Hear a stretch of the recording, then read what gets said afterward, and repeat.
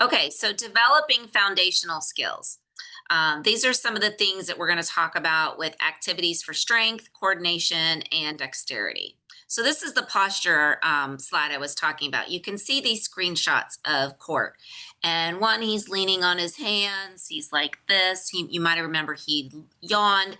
It's really important to have posture as a foundational skill. So, your student's going to be sitting upright with their desk right at their elbow level. So we call it 90, 90, 90. So you're looking at about 90-degree angle of the arm, 90 degrees of the hips and the legs.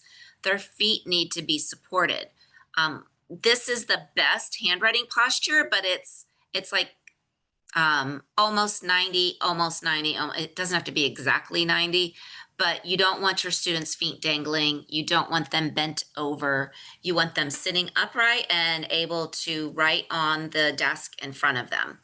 A lot of times, if you have posture weakness, you can have your students sitting when they're not writing, you can have them sitting on a ball and working on trunk strength. And so, if your student likes to watch TV, then put them in front of the TV on a big therapy ball, and that student can work on strengthening their trunk and their posture while they're doing something like watching TV. They don't notice it as much. Now, when they slouch, you need to make sure they're sitting up. We're going to take breaks, and it's just like any other exercise. Let's see how long you can sit upright on the ball with your feet on the floor. And then when they need to slouch, okay, we'll take a minute break. Okay, let's sit up again. And you're strengthening that posture for their handwriting. So you're working on handwriting and you're not really handwriting. These are some of the posture checklist items you can look at. So you can look at the table height.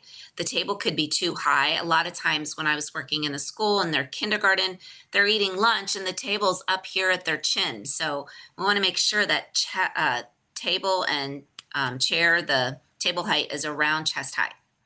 Feet on the floor, paper tilt. So when you have a piece of paper, I can show you real quick here, something like your piece of paper, it's going to be tilted. So when I'm a right-handed, I'm going to paper tilt to the left and I'm going to write uphill. Okay, if you're a lefty, you're going to paper tilt to the right and you're going to write downhill. And so those are some of the posture things you want to look at. Your student may need a pencil grip. If they're not holding their pencil correctly, then that's also an issue that you need to address. So you want to have a tripod. We're going to cover that in a minute. We're going to have a tripod grasp.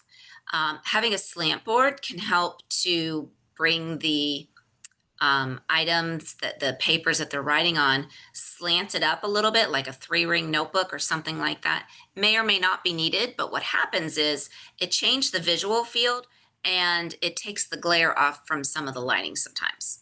And then finally, special seating. So your student may need to sit on a wiggle chair, something where they can move, where that helps them to sit upright. They may need to sit on a T-stool. They may sit on a hard chair. They may sit on their feet. I know my son used to do that a lot. It's called perching.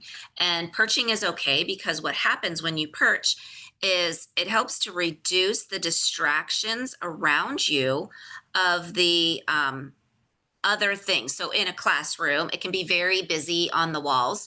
And so what you want to do, my son would do is perch and he would be up on his knees and looking down at his paper and it helped him to focus. And that's okay too. So we want to keep that in mind when we're looking at posture.